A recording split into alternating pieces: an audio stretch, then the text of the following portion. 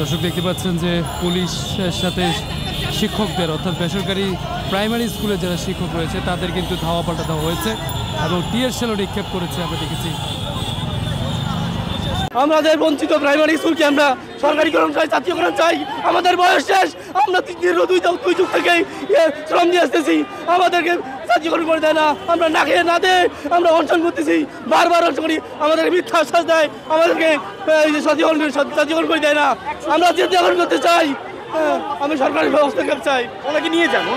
এখানে জলকামান দিয়ে শিক্ষকদের উপরে আমরা দেখেছি পানি নিক্ষেপ করা হয়েছে এবং এছাড়া বলে রাখি সেটি হচ্ছে সাউন্ড গ্রেনেড মারা হয়েছে শিক্ষকদের উপরে। এখন শিক্ষকদের যে তাদেরকে আমরা দেখেছি যে ছত্রভঙ্গ করে দিয়েছে, প্রেস ক্লাবের ওপারে নিয়ে গিয়েছে কিছু শিক্ষকদেরকে পুলিশ আমরা দেখেছি যে তাদেরকে সরিয়ে দেওয়া হয়েছে সাউন্ড গ্রেনেড এবং পানি নিক্ষেপ করে।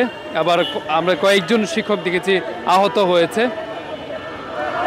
আজ আমাদের ন্যায্য দাবি আদায়ের জন্য আমরা ঢাকা শহরে এসেছিলাম প্রেস ক্লাবে, যে সরকারের অধীনে আমাদের ন্যায্য দাবি আদায় হবে, কিন্তু আমাদের কোনো দাবি আদায় হয়নি, বরং আমাদের সহপাঠীদেরকে বিভিন্নভাবে হয়রানি করা হয়েছে, নিহত করা হয়েছে।